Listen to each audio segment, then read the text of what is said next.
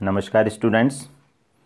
आज की अपनी हिंदी ऑनलाइन क्लास में कवि कुंवर नारायण की दो कविताएं, कविता के बहाने और बात सीधी थी पर, इन दोनों कविताओं के प्रश्न उत्तर आज के वीडियो में देखेंगे। वस्तुनिष्ठ प्रश्न। पहला प्रश्न, कविता के बहाने कविता की तुलना किससे सार्थक मानी गई है? उत्तर होगा सै, बच्चे का खेलना। प्रश्न संख्या 2, कर्तव्य शब्द में है, कर्तव्य शब्द में व्यंग्य किया गया है। कविता के अंत में हम देखेंगे कि पंक्तियाँ आती है कि इस कर्तव्य पर मुझे साफ सुनाई दे रही थी तमाशबीनों की शाबाशी और वाह वाह। तो यहाँ पर जो कर्तव्य शब्द है इसमें व्यंग्य का भाव निकलकर सामने आया है। अति लघुत्रात्मक। पहला प्रश्न, कविता की उड़ान भला चिड़िया क्या जाने? कविता की उड़ान भला चिड़िया क्या जाने। इस कथन का आशय है कि चिड़िया की उड़ान सीमित क्षेत्र तक होती है, जबकि कविता का प्रभाव विश्वव्यापी होता है। प्रश्न संख्या 2, सब घर एक कर देने के माने बच्चा ही जाने का क्या अभिप्राय है? इस पंक्ति का अभिप्राय यह है कि कविता का प्रभाव बच्चों के खेल की तरह भेदभाव रहित और एकता का संदेश देने वाला होता है। जिस प्रकार बच्चा खेलता है तो वह सभी घरों को एक कर देता है, यानी अपने खेल के माध्यम से एकता का संदेश देता है।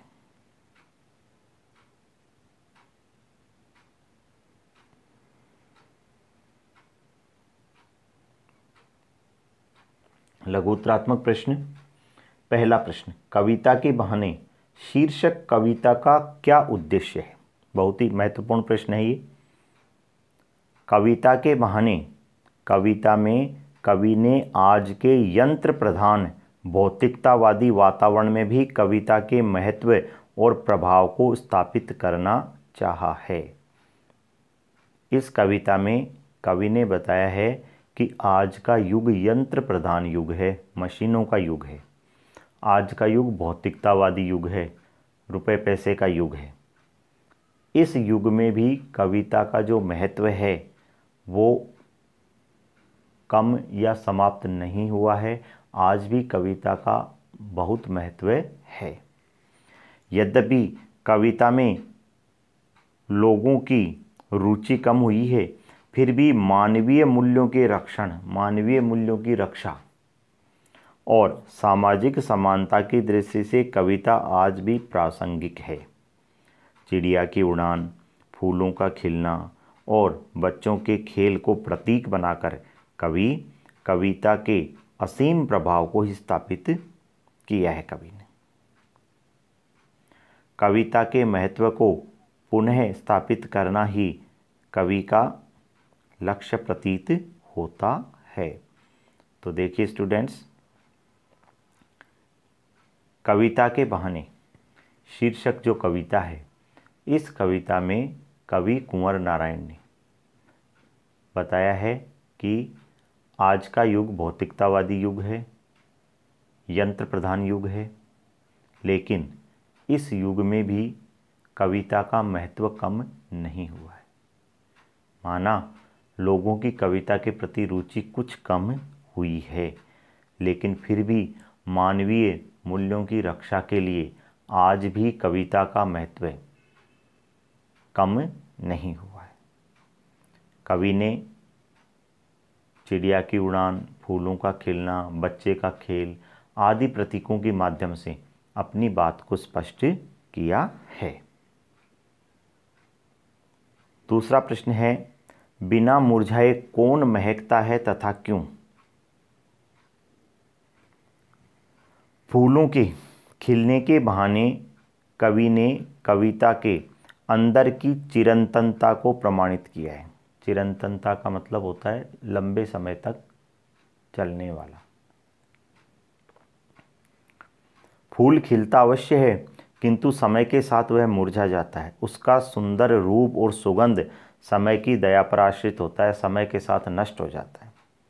उसके खिलने की उम्र बहुत छोटी होती है। इसके विपरीत कविता एक ऐसा फूल है जिसका आकर्षण युगों तक बना रहता है। इसकी महक दूर दूर तक फैलती है। इसका कारण यही है कि फूल एक क्षणिक प्राकृतिक घटना है और कविता मानव हृदय की चिरंतन भावधारा है जो पीढ़ी दर पीढ़ी आगे बढ़ती जाती है, वो कभी नहीं मुरझाती है। प्रश्न 1, भाषा के चक्कर में सीधी बात टेढ़ी हो जाती है कैसे? ये प्रश्न अपना बात सीधी थी पर कविता से है।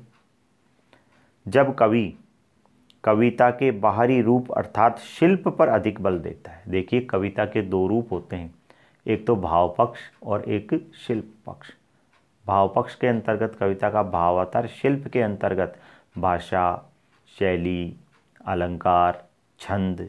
ये तो जब कवि अपनी कविता के शिल्प पक्ष पर ज़्यादा जोर देता है तो कविता का सीधा साधा कथ्य यानी जो कहा जाना है भी सहज रूप से पाठकों तक नहीं पहुंच पाता है। या हम ये कहें कि कविता का जो भाव है, कविता का जो संदेश है, वो पाठकों तक नहीं पहुंचता है। भाषा की साज सज्जा के चक्कर में कविता की आत्मा बात अनकही रह जाती है। यानी भाषा को कठिन करने के चक्कर में कविता की जो मूल बात है वो अनकही रह जाती है। कवि ने यही किया। वह अपनी बात या मनोभाव को अत्यंत प्रभावशाली भाषा में प्रकट करने के चक्कर में फंस गया। भाषा में सुधार और बदलाव पर उसने जितना जोर दिया, बात उतनी ही अस्पष्ट होती गई। भाषा को ही महत्व देने वाले लोगों के उकसाने में आकर स्थिति कवि के नियंत्रण से बाहर हो गई। अधीर होकर बिना सोचे समझे उसने बात को भाषा में बलपूर्वक स्थापित करने की कोशिश की और वह अपने उद्देश्य में विफल हो गया। तो भाषा के चक्कर में सीधी बात टेढ़ी इसलिए हो गई क्योंकि कवि झूठी वाहवाही का भूखा था और उसने झूठी वाहवाही लूटने के चक्कर में अपनी भाषा को कठिन बनाया, जिससे वह संदेश पाठकों तक नहीं पहुंच पाया। तो ये प्रश्न था अपना। आगे देखिए, कविता एक खेल है, बच्चा ही जाने पंक्ति का भावार्थ लिखिए। इस कथन के द्वारा कवि बताना चाहता है कि कविता भी बच्चों के खेल की भांति एक प्रकार का खेल ही है। बच्चे खेलते समय एक घर से दूसरे घर में बिना किसी झिझक और अपने पराये का भेद किए बिना खेलने जाते रहते हैं। उनके मन में कोई भेदभाव नहीं होता है। वे अपनी सुंदर क्रीड़ाओं से घरों को परस्पर जोड़ने का काम किया करते हैं। इस प्रकार बच्चे मानवीय एकता के संदेशवाहक होते हैं। आगे और है इसका उत्तर देखिए। इसी प्रकार कवि कविता के माध्यम से अपनी भावनाओं और कल्पनाओं से खेला करता है। उसकी कविता भी घर घर में पहुंचती है और लोगों को आनंदित करती है। कविता का प्रभाव देश और काल की सीमाओं से परे होता है। कविता का प्रभाव देश और काल की सीमाएं, एक देश में कविता लिखी जाती है वो दूसरे देश में पहुंच जाती है। दो देशों के बीच की जो सीमाएं हैं वो सीमाएं कविता को नहीं रोक पाती है। और काल कहते हैं समय को। समय की सीमा भी कविता को नहीं रोक पाती है। आज से 500 साल पहले यदि कोई ग्रंथ लिखा गया है, वो ग्रंथ आज भी महत्वपूर्ण है, उसे आज भी लोग बड़े चाव से पढ़ते हैं। आने वाले 500 सालों बाद में भी लोग उसको चाव से पढ़ेंगे। तो देश काल की सीमाओं से परे है। कविता एक देश से दूसरे देश को जोड़ती है। कविता इस विश्वव्यापी प्रभाव की इस विश्वव्यापी प्रभाव की आनंद वे ही उठा पाते हैं जो बच्चों के समान पक्षपात रहित और सरल हृदय हुआ करते हैं। देखिए यहाँ थोड़ा सा चेंज कीजिए, कविता के करो इसको, कविता के।